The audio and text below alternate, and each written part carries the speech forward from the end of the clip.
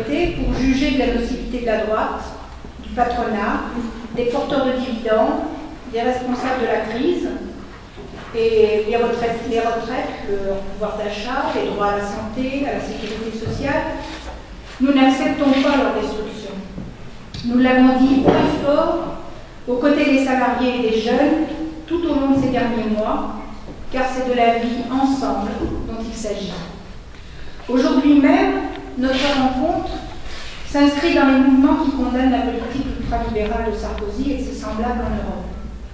La question du jour et de ceux qui vont suivre, des 14 jours qui viennent, c'est comment les urnes, le 7 juin, peuvent traduire cette colère et l'espoir d'un changement de cap de l'Europe, et dans la même foulée, porter un coup au couple Sarkozy-Medef dans leur étroite complicité et leur acharnement à développer la course au fric au détriment de l'humain, des humains. Répondre à cette question avec le front de gauche est à notre portée. Front de gauche dont la progression annoncée dans les sondages est finalement un très grand encouragement.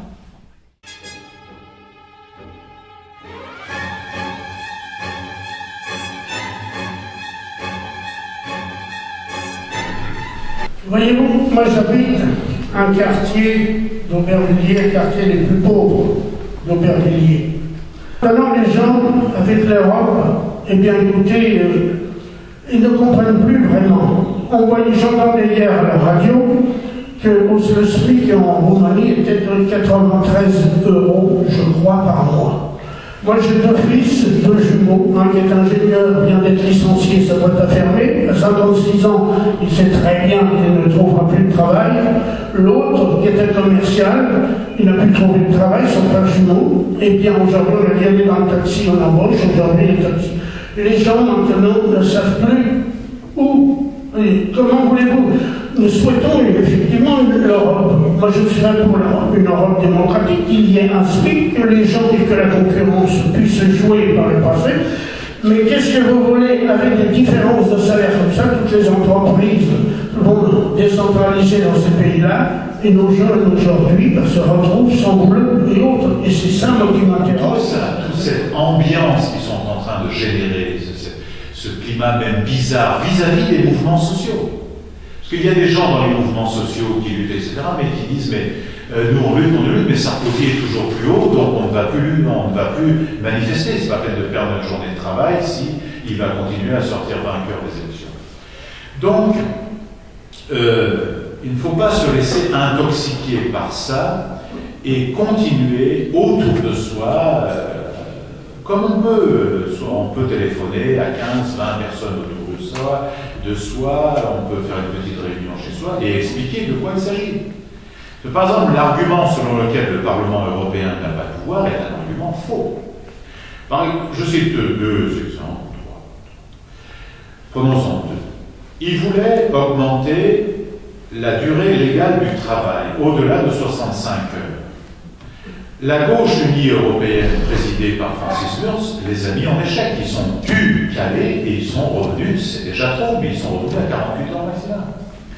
Il y avait une directive de libéralisation des ports. Quand le groupe de Francis Wurst et de Jackie Hénin, c'est Jackie Hénin qui a porté ce débat pour grande part, ils ont dû en rabattre à tel point que la directive portuaire, elle a été enlevée. Vous devriez être fiers de quelque chose, plus que moi. Et puis, peut-être d'ailleurs, mais je ne peux pas l'associer à moi pour le coup, mais vous devriez être fiers de quelque chose. C'est tout ce que vous avez dit, tout le militantisme que vous avez fait, toutes les paroles que vous avez portées depuis 20 ans.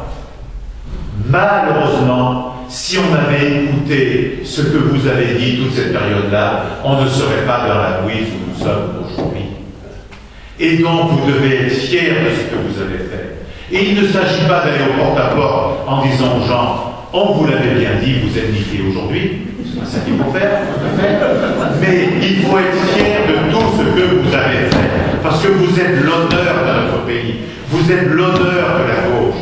Et donc, il ne faut pas se laisser écraser par cette campagne de propagande, cette idéologie réganienne et sarkozyste, bushiste, berlusconienne, dominante, c'est qu'aujourd'hui les choses se retournent, et tu as raison de dire ce que tu as dit, mais ce que je remarque moi, autour de moi, les gens, ils ne viennent pas nous embrasser comme ça, mais ils nous écoutent, ils cherchent des repères, et ils disent, oui, vous avez ramassé des coups dans la tête, on vous a insulté, on vous a massacré, mais vous avez le courage de continuer ce combat et d'être à notre côté.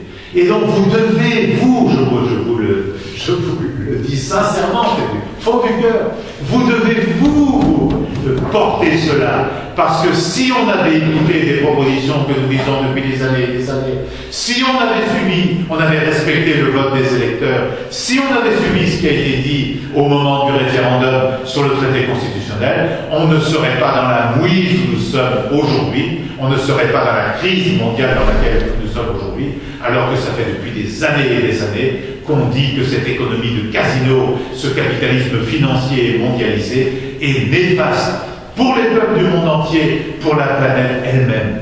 Et donc on doit être fiers de ce combat-là et jusqu'au 7 juin le poursuivre pour avoir un très bon résultat. Avec beaucoup d'humilité, c'est-à-dire que j'attends aussi de l'échange